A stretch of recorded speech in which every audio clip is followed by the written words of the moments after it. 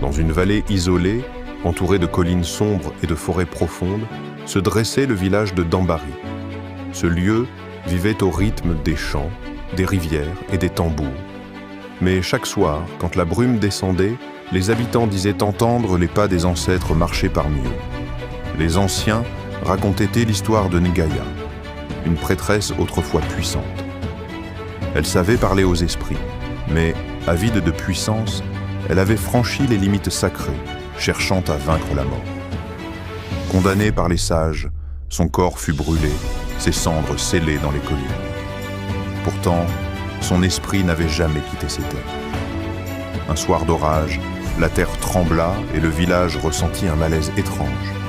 Les animaux se turent, l'air s'alourdit et les sages comprirent que l'ombre de Ngaya s'agitait à nouveau. Le devin consulta les coris. Les collines réclament ce qui fut oublié. Si nous ne répondons pas, la terre se desséchera. Un jeune chasseur, Abba, se porta volontaire. Armé d'un collier de coris béni et d'un tambour rituel, il partit seul dans les collines noires. Là, les rochers semblaient former des visages. La brume épaisse l'enveloppait et des ombres glissaient autour de lui. C'est alors qu'apparut Ngaya, une silhouette de brume, des yeux rouges comme des braises. Sa voix s'éleva, glaciale.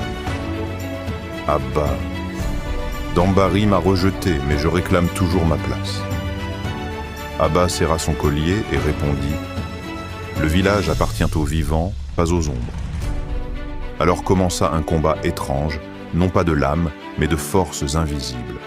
Abba frappait son tambour, invoquant les ancêtres, tandis que Ngaya déchaînait les ombres et les secrets des collines. La nuit entière résonna de chants et de hurlements. À l'aube, un rayon de soleil transperça la brume. Ngaya hurla, se tordit et se dissipa en fumée, laissant derrière elle une pierre noire fissurée, chaude comme une braise. Abba la ramena au village. Le devin l'enterra au pied du baobab sacré, et dès lors, la vie reprit. Les pluies tombèrent, les champs reverdirent, et la paix revint. Mais les anciens prévinrent les jeunes. Les pactes anciens ne meurent à jamais vraiment. Si l'on oublie la terre et les esprits, Ngaya reviendra. Et certains affirment encore aujourd'hui que les soirs de grande brume, si un tambour résonne trop fort, on peut entendre au loin un rire. Le rire de Ngaya.